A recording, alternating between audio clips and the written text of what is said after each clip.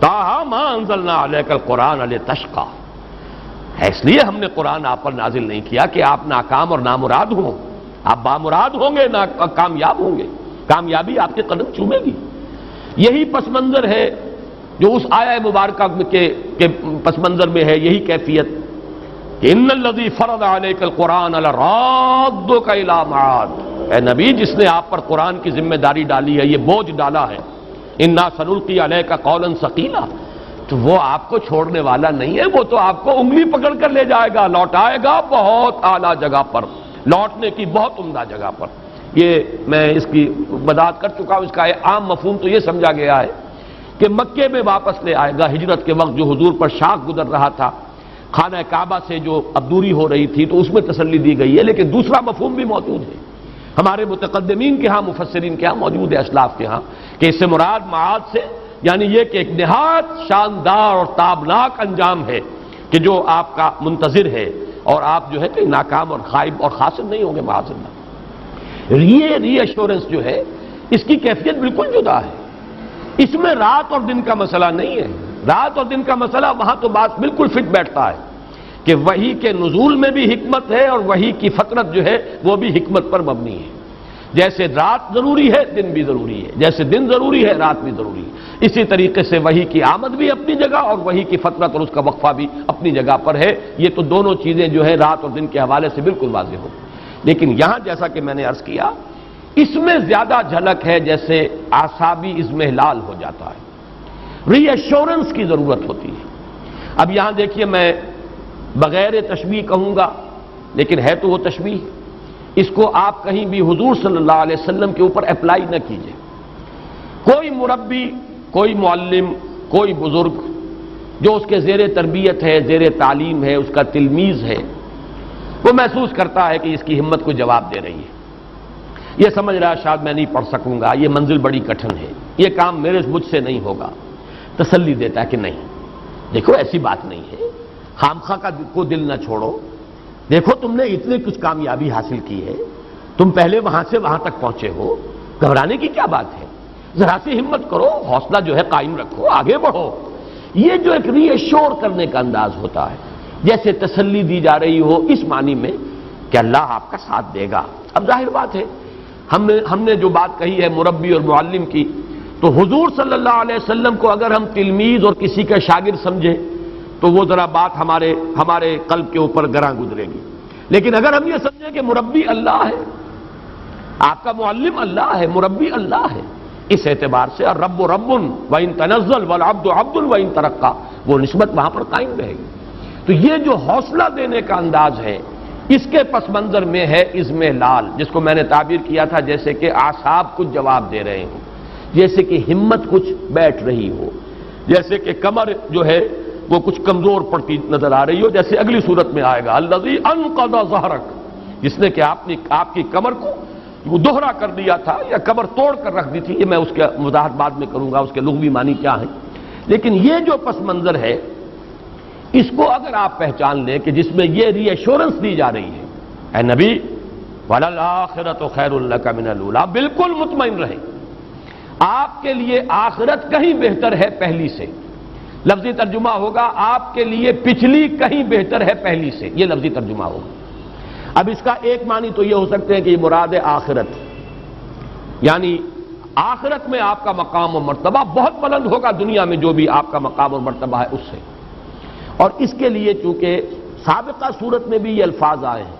وَإِنَّ لَنَا لَلْآخِرَةَ وَالْأُولَىٰ، ہمارے ہی اختیار میں ہے آخرت بھی اور اولا بھی، پچھلی زندگی بھی، آخرت کی زندگی بھی اور دنیا کی زندگی بھی۔ اس اعتبار سے ان دونوں صورتوں کے اندر ایک لفظی مناسبت بھی پیدا ہوئی ہے۔ ایک مفہوم تو یہ ہے کہ آخرت سے مراد آخرت ہے معروف معنی میں، جسے ہم آخرت سمجھتے ہیں بعد بعد الموت کی زندگی، اخروی زندگی، اور اولا سے مراد ہے دنیا کی زندگی۔ ایک مفہوم یہ لیا گیا ہے اور میرے نزدیک یہی صحیح ہے، ہر آنے والا وقت آپ کے لیے پچھلے وقت سے بہتر ہوگا، اس دنیا میں بھی آپ کی ترقی درجات ہوتی رہے گی مسلسل، اور آخرت میں بھی آپ کی ترقی درجات کا سلسلہ منقطع نہیں ہوگا، مسلسل جاری رہے گا۔ اس میں مجھے آج بھی یاد آ رہا ہے مولانا داؤد غزنوی رحمۃ اللہ علیہ نے ایک مرتبہ تقریر کی تھی سائیوال میں، منگمری کہلاتا تھا اس زمانے میں، تو انہوں نے بہت ہی وضاحت کے ساتھ اس مقام کو بیان کیا تھا، اور بڑی پیاری ایک حدیث سنائی تھی، وہ میرے پاس حوالہ نہیں ہے اس وقت، میں صرف ان کو ہی سند کے طور پر پیش کر رہا ہوں۔ حضور نے فرمایا کہ میدان حشر میں لواء الحمد بیدی، اللہ کی حمد کا جھنڈا میرے ہاتھ میں ہوگا۔ یہ حمد جو ہے، آپ کا نام محمد بھی اسی سے ہے، اور احمد بھی اسی سے ہے، اور حامد بھی اسی سے ہے، اور محمود بھی اسی سے ہے، اور یہ جو ہے یہ اس امت کے لیے بھی یہ لفظ آیا ہے، تو اس اعتبار سے لواء الحمد بیدی، اور خاص جملہ یہ ہے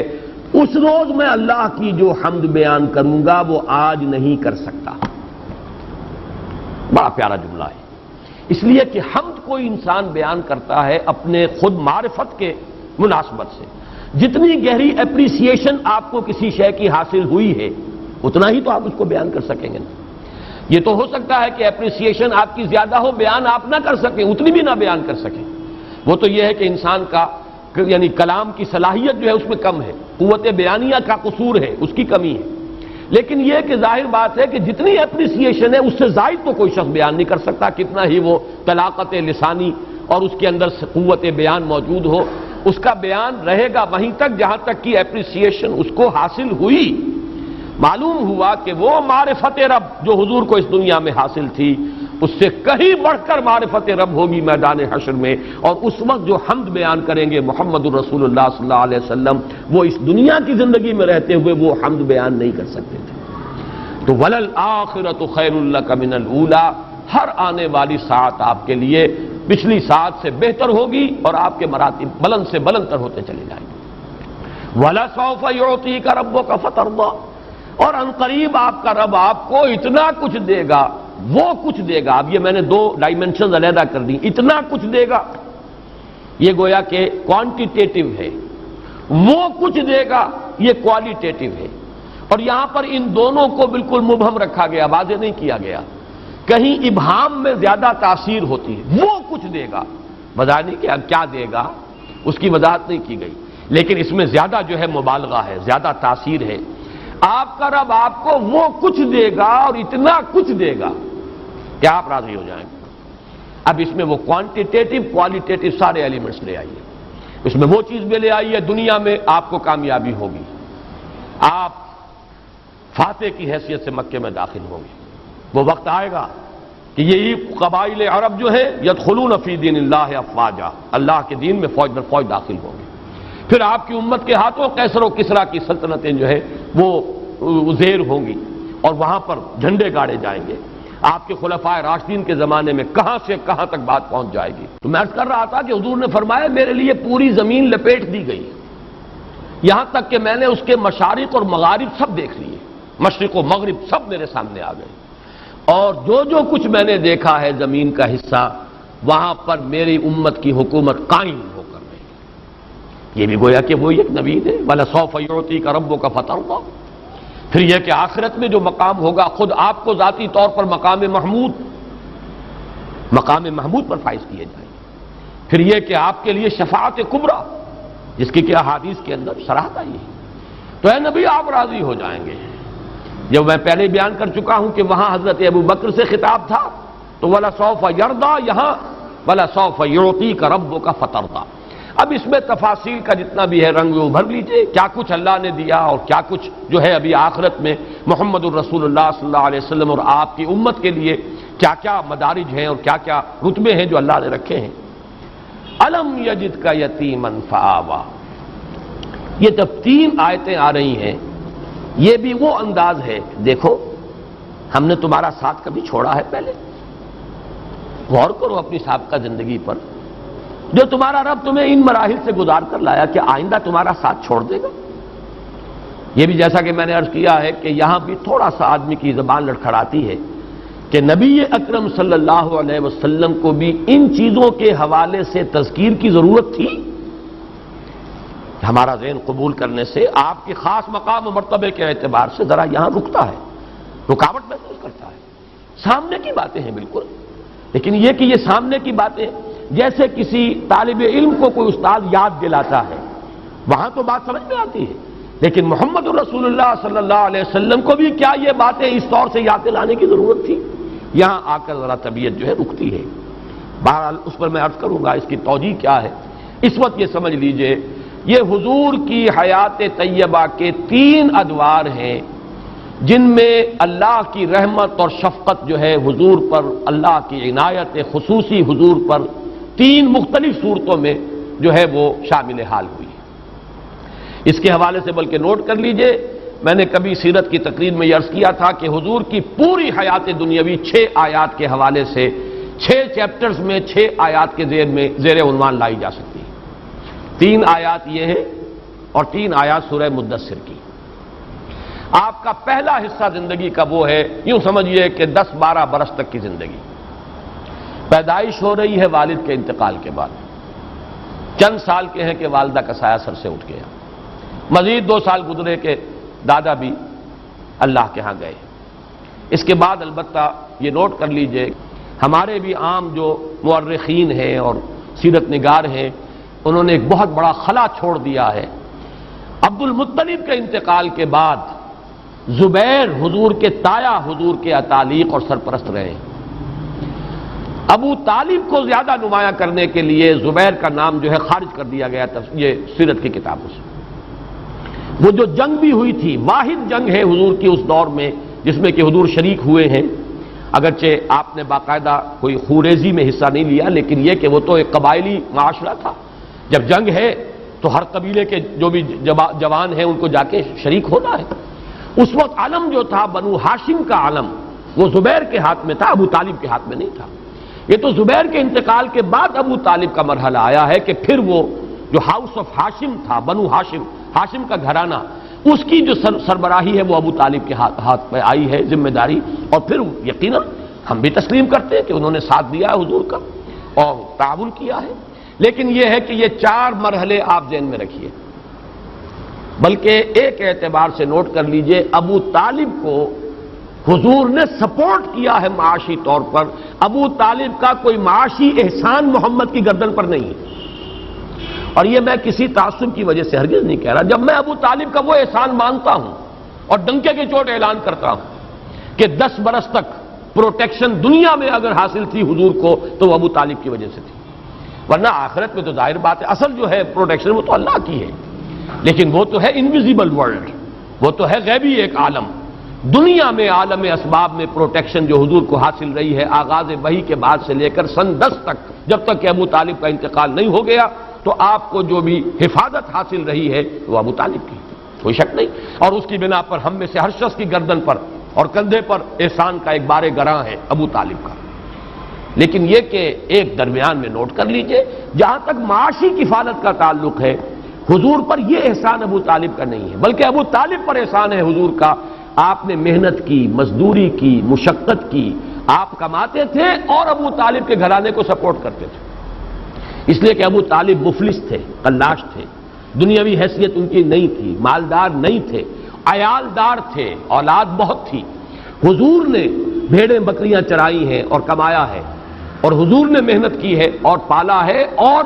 معاشی اعتبار سے سپورٹ کیا ابو طالب کے گھرانے۔ پھر جب آپ کی شادی ہو گئی حضرت خدیجہ سے تو حضرت علی کو اپنے پاس اسی لیے رکھا ہے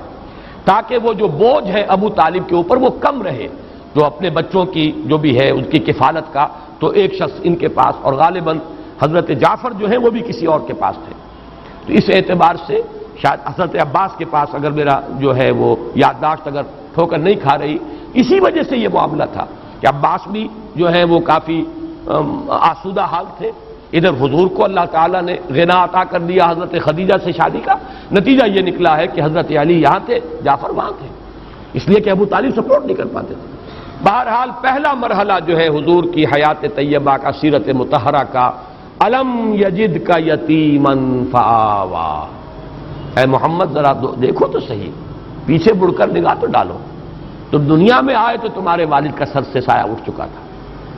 چند برس کے 6 برس کے تھے کہ دادا کی محبت سے بھی محروم ہو گئے،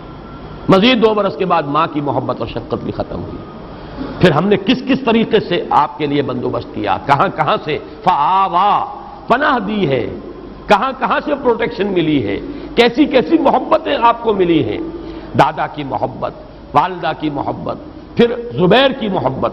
زبیر کے علم تلے محمد الرسول اللہ اس جنگ میں شریک تھے، اگرچہ باقاعدہ خوریزی میں آپ نے حصہ نہیں لیا، لیکن تھے، جھنڈا ان کے ہاتھ میں تھا. تو پہلا دور تو یہ ہے محمد الرسول اللہ صلی اللہ علیہ وسلم کی حیات دنیاوی کا، جس کے لیے عنوان ہے الم یجد کا یتیمن فآوا. یہاں تھوڑا سا ان آیات کی ترتیب میں آگے پیچھے ہے، اور غالباً یہ آہنگ کا جو بھی قرآن مجید کے اندر جو ایک آہنگ ہے، صوتی آہنگ، یہ ڈیوائن میوزک جو ہے اس کا تقاضا ہے. دوسرا مرحلہ کیا ہے؟ وَوَجَدَكَ عَائِلًا فَأَغْنَىٰ، پایا آپ کو تنگ دست تو غنی کر دیا. اب اس کے دونوں پہلو ذہن میں رکھیے. ایک غنائے ظاہری جو حضرت خدیجہ رضی اللہ تعالی عنہا سے آپ کے نکاح کے ذریعے سے آپ کو دنیا میں غنا کی شکل حاصل ہو گئی. اب یہ کہ دولت ہے، سرمایہ ہے، وفادار بیوی ہے، جان چھڑکنے والی بیوی ہے، اپنی ساری دولت جو ہے آپ کے قدموں میں لا ڈالی ہے. وہ واقعات میں نے آپ کو سنائے ہیں، امام راضی نے کوٹ کیا ہے. ایک موقع پر حضور کہیں باہر گئے، ابھی وحی کا آغاز نہیں ہوا تھا وہ دور، اس لیے کہ 15 برس ہیں آپ کی ازدواجی زندگی کے، جبکہ ابھی وحی شروع نہیں ہوئی. 25 برس کی عمر میں آپ کا نکاح ہوا حضرت خدیجہ سے، اور 40 برس کی عمر میں وحی کا آغاز ہوا. تو یہ 15 برس ہے، یا اس میں سے کوئی تھوڑا سا وقت نکال لیجئے، وہ میں تیسری آیت کے ذیل میں لاؤں گا جو یہاں درمیان میں آئی ہے. تو بہرحال 12-13 برس کا یہ مرحلہ بھی ذہن میں رکھیے. یہ آپ نے خوشحالی کا، اطمینان کا، ایک وفادار بیوی ہے نکاح میں، بچے بھی اللہ نے دیے ہیں، اگرچہ بیٹے ہوئے وہ لے لیے، بیٹیاں ہیں، ہرا بھرا گھر ہے، دولت ہے، آسائش ہے، عزت ہے، آپ کی تجارت ہے، آمد و رفت ہے. اس کا واقعہ وہ آتا ہے جو امام راضی نے نقل کیا ہے کہ حضور ایک مرتبہ نکل گئے ذرا مکے سے باہر، کوئی وادی میں آپ نے دیکھا کوئی قبیلہ ٹھہرا ہوا تھا، بہت مفلوق الحال لوگ، بدن پر کپڑے نہیں اور فاقوں سے معلوم ہوتا تھا سوکھ کر کاٹا ہوئے. دیکھ کر آپ آ گئے، کپڑا لے کر لیٹ گئے، ایک کیفیت حسن کی اور ملال کی. حضرت خدیجہ نے پوچھا کیا معاملہ ہے، آپ کی طبیعت ناساز نہیں، کیا معاملہ ہے؟ فرمایا کہ میں گیا تھا باہر، میں نے دیکھا ایک ایسے لوگ ہیں اور میرے پاس کوئی دولت نہیں ہے کہ میں ان کی مدد کر سکوں. تو حضرت خدیجہ نے کہا کہ اچھا آپ جائیے فلاں فلاں لوگوں کو لے آئیے، بلا لائیے ذرا، مکے کے بڑے بڑے لوگ، اور ان میں الفاظ ہیں کہ فیہم الصدیق، حضرت ابوبکر کو بھی بلایا گیا، وہ بھی نمایاں لوگوں میں سے تھے، وہاں کی جو ہائرارکی ہے اس میں بھی ان کا مقام تھا، وہ بھی آئے ہیں. تو بہت سے لوگ جو آ گئے، جمع کر لیا. اتنی دیر میں اتنا بڑا ڈھیر اشرفیوں کا حضرت خدیجہ نے لگایا کہ جب حضور آ کر بیٹھے تو اس کے پیچھے چھپ گئے، اور پھر کھڑے ہو کر کہا حضرت خدیجہ نے آپ سب لوگ گواہ رہے ہیں میں نے یہ ساری دولت محمد کو دی، وہ جہاں چاہیں خرچ کریں. یہ ہے ان کی شان. تو یہ ظاہری غنا ہے. ابھی اس کو بھی آپ سمجھیے کہ یہ ظاہری غنا ہے. اصل غنا تو غنا النفس ہے، الغنا غنا النفس. وہ تو آپ کا قلب جو ہے وہ تو غنی ہمیشہ تھا اور ہمیشہ رہا، لیکن یہ کہ یہاں در حقیقت مراد جو ہے وہ غنا جو ہے وہ باطنی غنا نہیں. وَوَجَدَكَ عَائِلًا فَأَغْنَىٰ، پایا آپ کو تنگ دست تو آپ کو غنی کر دیا. یہ وہ زندگی کا دوسرا دور ہے. تیسرا دور وہ ہے، یہ ہے در حقیقت ایک اعتبار سے بڑا سخت دور جو حضور پر گزرا ہے. اس کو آپ کہہ سکتے ہیں فلسفیانہ غور و فکر کا دور ہے. دیکھیے اس کو ایک انداز سے ذرا حضور کے مقام و مرتبے کے اور آپ کے ذکر سے تو یہ چیز پھر غیر متناسب اور نامناسب نظر آتی ہے، لیکن بات کو سمجھیے. جب تک کہ ایک تنگ دستی تھی تو پوری محنت جو ہے جسمانی مشقت لگ رہی ہے. اب جب فراغت بھی ہو گئی، ہر طرح کی سہولتیں بھی حاصل ہو گئیں، گھریلو ازدواجی زندگی کی مسرتیں بھی حاصل ہیں، تو غالباً اب وہ وقت آیا ہے کہ فلسفیانہ غور و فکر، یہ کائنات ہے کیا، یہ زندگی ہے کیا، یہ ہم کہاں سے آئے ہیں، کہاں جا رہے ہیں، یہ گاڑی چلے جا رہی ہے، رو میں ہے رخش عمر، کہاں دیکھیے تو ہمیں نہ ہاتھ باغ پہ ہے نہ پا ہے رکاب میں، کدھر جا رہے ہیں پتہ نہیں، کہاں ہم جا رہے ہیں، کہاں سے ہدایت ملے. پھر یہ جو پستی ہے اخلاقی، اب ظاہر بات ہے جو خود اخلاق کی اس بلندی پر فائز ہو اسے جو اپنے معاشرے میں پستی نظر آ رہی تھی، یہ لوگ کس درجے ڈنات اور کس درجے کمینگی کا مظاہرہ کر رہے ہیں، کیسی درندگی کا مظاہرہ ہو رہا ہے، غلاموں پر جو ظلم و ستم ہو رہا ہے، لوگوں کے اندر جو ہے اخلاق کا شمع نہیں رہا، یتیموں کو دھکے دیے جا رہے ہیں، بھوکوں کو کھانا کھلانے والا کوئی نہیں ہے. یہ سب کچھ جو ہو رہا ہے فحاشی ہے. اور عشقیہ داستانیں جو ہیں کھڑے ہو کر بڑے شوق سے لمبے لمبے قصیدوں کے اندر بیان کی جا رہے ہیں، فحاشی ہو رہی ہے،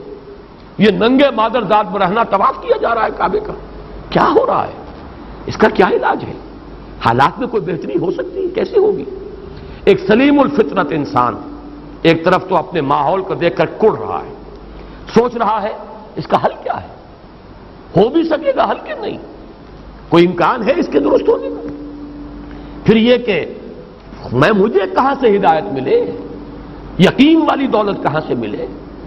یہ ساری چیزیں وہ ہیں جو فلسفیانہ غور و فکر کا ایک بڑا شدید مرحلہ محمد الرسول اللہ پر گزرا ہے۔ بلکہ یہ ابھی لفظ رسول اللہ میں نے ایڈ کر دیا، اس وقت تک تو ابھی آپ کی نبوت ظاہر نہیں ہوئی، رسالت پر فائز نہیں ہوئے، یہ ایک حکیمانہ غور و فکر کا مرحلہ ہے۔ اسی کے بارے میں احادیث میں آتا ہے کہ فلما بلغ 40 سنة حبب إليه الخلاء فكان يخلو بغار حراء يتحنث فيه، آپ نے غور و فکر شروع کیا، خلوت گزینی محبوب ہو گئی، اب ملنا جلنا چھوڑ دیا لوگوں سے، جیسے کہتے ہیں وڈرا کر لینا، وہ ملنا جلنا، دنیا کی محفلوں سے اکتا گیا ہوں یا رب، کیا لطف انجمن کا جب دل ہی بجھ گیا ہو۔ بہرحال یہ شعر پورے طور پر تو یہاں پہ منطبق نہ کیجئے، دل کے بجھنے کا کوئی سوال نہیں، لیکن دلچسپی نہیں رہی، غور و فکر، سوچ بچار، اسی غور و فکر کے اندر غلطا و پیچا، اسی میں پھر یہ کیفیت اتنی شدت پیدا ہوئی کہ گھر سے بھی نکل گئے، کئی دن کئی راتیں مسلسل غار حرا میں وہ غور و فکر ہو رہا ہے۔ یتحنس کا لفظ آیا حدیث میں، حضرت عائشہ سے یہ روایت ہے کہ جب آپ کی عمر شریف 40 کے لگ بھگ ہوئی تو آپ کی طبیعت کے اندر خلوت گزینی محبوب ہو گئی، آپ کو لوگوں سے کٹ کر اور منقطع ہو کر کہیں علیحدگی میں بیٹھنا، پھر یہاں تک ہوا کہ اس کے اندر شدت پیدا ہوئی کہ غار حرا میں کئی دن آپ مقیم رہتے تھے، کچھ کھانے پینے کا سامان حضرت خدیجہ جو ہے باندھ دیتی تھی اور وہاں جا کر آپ مقیم رہتے تھے، غور و فکر کرتے تھے۔ یتحنس فی، اب تحنس کا لفظی ترجمہ ہے عبادت یا گناہ کے اثرات کو زائل کرنے کی کوشش کرنا، ہنس کہتے ہیں گناہ کو، تحنس جو ہے کہیں باب تفاعل جو ہے اس معنی میں دیتا ہے سلب ماخذ، کہ جیسے کہ گناہ کو زائل کرنے کے لیے عبادت کی جاتی ہے، تو یہ تحنس فی۔ لیکن پھر یہ کہ جو شارحین حدیث ہیں انہوں نے یہ سوال اٹھایا کہ آپ عبادت کیا کرتے تھے، کس طور سے کرتے تھے؟ ظاہر بات ہے کہ آپ بنی اسرائیل میں پیدا نہیں ہوئے، یہاں پر جو ہے ملت ابراہیمی، اس میں سب چیزیں گم ہو چکی، تو عبادت کیسے کرتے تھے؟ تو تقریباً اجماع ہے اس پر کہ کان صفت و تعبدہ فی غار حرا التفکر والاعتبار، غار حرا میں آپ غور و فکر کرتے تھے، سوچ بچار کرتے تھے۔ یہ وہ سوچ بچار کا مرحلہ ہے جس میں انسانی فلسفیانہ فکر جہاں تک پہنچ سکتا ہے وہاں تک محمد پہنچ گئے صلی اللہ علیہ وسلم۔ اب وہ مقام آیا ہے کہ جس سے آگے عقل انسانی کی رسائی نہیں ہے، گزر جا عقل سے آگے کہ یہ نور چراغ راہ ہے، منزل نہیں ہے، یہ وہ منزل ہے کہ جس پر وَوَجَدَكَ ضَالًّا فَهَدَىٰ، اب وہ پردے اٹھے ہیں، افلاک سے آتا ہے نالوں کا جواب آخر، اٹھتے ہیں حجاب آخر، کرتے ہیں خطاب آخر، اب وحی کا سلسلہ شروع ہوتا ہے۔ یہ گویا کہ سیرت محمدی صلی اللہ علیہ وسلم حیات طیبہ جو ہے آپ کے حیات دنیاوی کا تیسرا مرحلہ ہے۔ اس تیسرے مرحلے کے بعد بھی چوتھا مرحلہ ہے، ابھی وہ تشویش کیسے ہو، کس طرح کروں، غور و فکر، سوچ بچار، بڑا بوجھ آ گیا ہے، بہت بھاری بوجھ ہے، اس کا جو احساس گراں ہے اس کا ہے در حقیقت یا ایھا المزمل یا ایھا المدثر، اے کپڑے میں لپٹ کر لیٹنے والے، اے کمبل میں لپٹ کر لیٹنے والے، اے لحاف کو اوڑھ کر لیٹنے والے، کھڑے ہو جاؤ، اب تمہاری جد و جہد شروع ہو جانی چاہیے۔ لاکھ حکیم سر بجیب ایک کلیم سر بکف، اب یہ غور و فکر کا مرحلہ ختم کرو، آؤ میدان عمل میں، اور دو عمل ہے، ایک رات کا عمل ہے قم اللیل الا قلیلا نصفہ او انقص منہ قلیلا اور زد علیہ ورتل القرآن ترتیلا، اور ایک دن کا عمل ہے یا ایھا المدثر قم فانذر وربک فکبر۔ تو پانچواں مرحلہ ہے حضور کا انذار، پورا مکی دور جو ہے آپ یہاں سمجھیے، دعوت، انذار، خبردار کرنا، جگانا، ہوش میں لانا، یہ 13 برس جو ہے یہ در حقیقت مرحلہ ہے انذار کا، اور باخری 11 برس یہ مرحلہ ہے تکبیر رب، اب اللہ کے جھنڈے کو بلند کرنے کے لیے سیف بدست آپ محمد الرسول اللہ صلی اللہ علیہ وسلم جہاد اور قتال کے میدان میں۔ 6 آیات کے حوالے سے حیات دنیاوی محمد الرسول اللہ صلی اللہ علیہ وسلم کی الم یجد کا یتیما فآوا، پہلے 10 11 12 برس، ووجدک عائلا فاغنا، یہ وہ درمیانی حصہ، جیسے کہ آپ کی تجارت بھی کچھ کامیابی حاصل ہوئی اور پھر خاص طور پر حضرت خدیجہ سے شادی کے بعد، اور پھر وہ جو زندگی کا آسائش کا، آرام کا، دنیاوی جسے آپ کہتے ہیں خوشیوں کا ایک وقت آیا ہے جو گزرا ہے، ہر طرح کی سہولت دنیاوی آسائش ہے۔ پھر وہ وقت آیا غور و فکر، سوچ بچار، پھر وہ وقت آیا اب کھڑے ہو جاؤ، یا ایھا المدثر، کمر کس لو، یا ایھا المزمل قم، یا ایھا المدثر قم، اور اس کا پہلا مرحلہ انذار، قم فانذر، اور آخری مرحلہ وربک فکبر، تکبیر رب، اور اس کے لیے باطل سے پنجہ آزمائی، یہاں تک کہ قتال، اللہ کی راہ میں جنگ۔ یہ ہیں 6 مراحل اور 6 آیات۔ بہرحال ان کے حوالے سے اب جو بات مجھے عرض کرنی ہے وہ یہ ہے، وَوَجَدَكَ ضَالًّا فَهَدَىٰ، اس پر یہ ہے کہ ضال کے لفظی معنی کیا ہیں، اس پر بہت سی آپ کو مل جائیں گی تفاسیر کے اندر آ رہا۔ ضال کے معنی جو ہے یہ سمجھ لیجئے ایسا شخص بھی ہو سکتا ہے جو راہ سے بھٹک گیا ہو، لیکن اس کا بھٹکنا شرارت نفس کی وجہ سے نہ ہو، مغالطے کی وجہ سے ہو۔ خلوص میں بھی تو آدمی غلطی کر بیٹھتا، جیسے کہ ضالین اور مغضوب علیہم، یہ سورہ فاتحہ میں جو آخری 2 آیات ہیں، ان کا تعلق کن سے ہے؟ مغضوب علیہم یہود،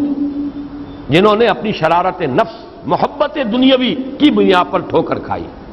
ضالین نصارہ، جنہوں نے محبت میں غلو کیا حضرت عیسیٰ علیہ السلام کے، اور رہبانیت میں غلو کیا، ترک دنیا میں غلو کیا۔ ظاہر بات ہے یہ دونوں چیزیں بدنیتی پر نہیں ہیں، چاہے وہ عقیدت اور محبت کا غلو ہے وہ بدنیتی نہیں ہے، اگر رہبانیت کا راستہ اختیار کیا وہ بھی بدنیتی نہیں ہے۔ نیک نیتی کے ساتھ راستے سے بھٹک جانا یہ بھی لفظ ضال کا مصداق ہے۔ پھر ضال عربی زبان میں آتا ہے کوئی شخص کسی جذبے سے اتنا مغلوب الحال ہو جائے، جیسے کسی کے عشق میں دیوانگی، کوئی ایک کیفیت ایسی طاری ہو گئی ہے جو صوفیہ کی اصطلاح ہے مجذوب، متحیر، فلسفیوں کی اصطلاح ہے متحیر، حیران، اس لیے کہ اس کائنات کا عقدہ کہ کسی نے نہ آج تک یہ سلجھایا ہے اور نہ یہ سلجھے گا، کہ کس نقصد نہ ملک شاید بحکمت ہی معمارہ، حیرانگی، وہ بھی ضال کا لفظ ہے۔ آدمی حیران کھڑا ہو ادھر جاؤں یا ادھر جاؤں، یہ بھی ضال ہے۔ راستہ ابھی واضح نہیں ہے، ابھی راستے کی تلاش میں ہے، یہ بھی ضال ہے۔ کوئی کسی کی محبت جو ہے اس درجے سوار ہو گئی ہے کہ اپنا ہوش نہیں رہا، اپنے جو ہے اپنے نہ پیٹ کا خیال ہے، نہ اپنی بھوک کا خیال ہے، نہ اپنے آرام کا خیال ہے، یہ بھی لفظ ضال کا مصداق ہے۔ یہاں پر ان تمام میں سے آئے گا تلاش حقیقت میں سرگرداں، وہ فلسفیانہ غور و فکر کا مرحلہ جو محمد الرسول اللہ صلی اللہ علیہ وسلم نے غار حرا میں طے کیا ہے۔ وَوَجَدَكَ ضَالًّا فَهَدَىٰ۔ اب اس پر جو بات مجھے عرض کرنی ہے، اور یہ میں محسوس کر رہا ہوں کہ آج ہمیں سورۃ الضحیٰ ہی پر اکتفا کرنی پڑے گی، سورۃ الانشراح جو ہے وہ اب کل ہم پڑھیں گے انشاءاللہ، لیکن اس کو ہم مکمل کر لیں گے۔ ان دونوں کیفیات کو جمع کر لیجئے۔ پہلی کیفیت وہ یہ احساس کہ میرے رب نے کہیں مجھے چھوڑ تو نہیں دیا، یہ تشویش، یہ اضطراب کہ عشقست و ہزار بدگمانی۔ دوسرا احساس یہ کامیاب ہو سکوں گا، اتنا بڑا بھاری بوجھ اٹھا سکوں گا، کیا یہ مشن، اس کی ذمہ داری میں ادا کر سکوں گا، یہ دوسری تشویش ہے، اور اس میں ہمت کا کچھ جواب دے جانا، جیسے کہ نیورستھینیا کا لفظ میں نے استعمال کیا۔ ان دونوں کیفیات کو جمع کیجئے تو اب صوفیہ کی ایک اصطلاح کے حوالے سے بات سمجھ میں آئے گی۔ قبض کی کیفیت، شدید قبض کی کیفیت تھی محمد الرسول اللہ صلی اللہ علیہ وسلم پر، جس میں کہ یہ سورہ مبارکہ نازل ہوئی ہے آپ کی دلجوئی اور تسلی کے لیے۔ اس کے لیے ذرا تھوڑی سی وضاحت مجھے کرنی پڑے گی۔ دیکھیے انسانوں کی اکثریت تو ان پر مشتمل ہے جو بے حس ہوتے ہیں اور غبی ہوتے ہیں، جو ہو جائے ڈھیٹ انسان، کسی چیز کی کوئی خاص، بس اپنی فکر ہے، اپنے بطن اور فرج کے تقاضے ہیں، مال جمع کرنا ہے، اس سے آگے کوئی اور فکر نہیں، کوئی سوچ نہیں، کوئی احساسات نہیں۔ کسی کے دل پر کیا بیت رہی ہے ہمیں کیا، وہ جانے. کوئی بھوکا ہے ہمیں کیا. ایک وہ کیفیت ہے کہ قافلے کو دیکھ کر آئے قبیلے کو، اور حضور صلی اللہ علیہ وسلم کی کیفیت وہ ہو گئی جس میں کہ حضرت خدیجہ رضی اللہ تعالی عنہا نے وہ قدم اٹھایا. ایک یہ کہ ہوا کرے، ہم کسی کے ذمہ دار تو نہیں. لا ابالی جیسے آ چکا ہے پچھلی صورت میں، من بخل واستغنی استغنا. ان لوگوں کو چھوڑ دیجئے تو ایک اقلیت انسانوں کی ایسی ہوتی ہے جن کے لیے میں دو لفظ اب استعمال کر رہا ہوں، ذہین اور حساس. ذہین اور حساس لوگوں میں قبض اور بسط کی کیفیت، یہ مختلف سائیکلز ہیں جو آتی رہتی ہیں. کبھی طبیعت میں پشمردگی ہے، دل بجھا ہوا سا ہے، کچھ نا امیدی سی ہے، خود اپنے اوپر اعتماد کی کمی محسوس ہو رہی ہے، مجھ میں صلاحیت نہیں ہے، میں کچھ نہیں کر سکتا، اب تک جو کچھ کیا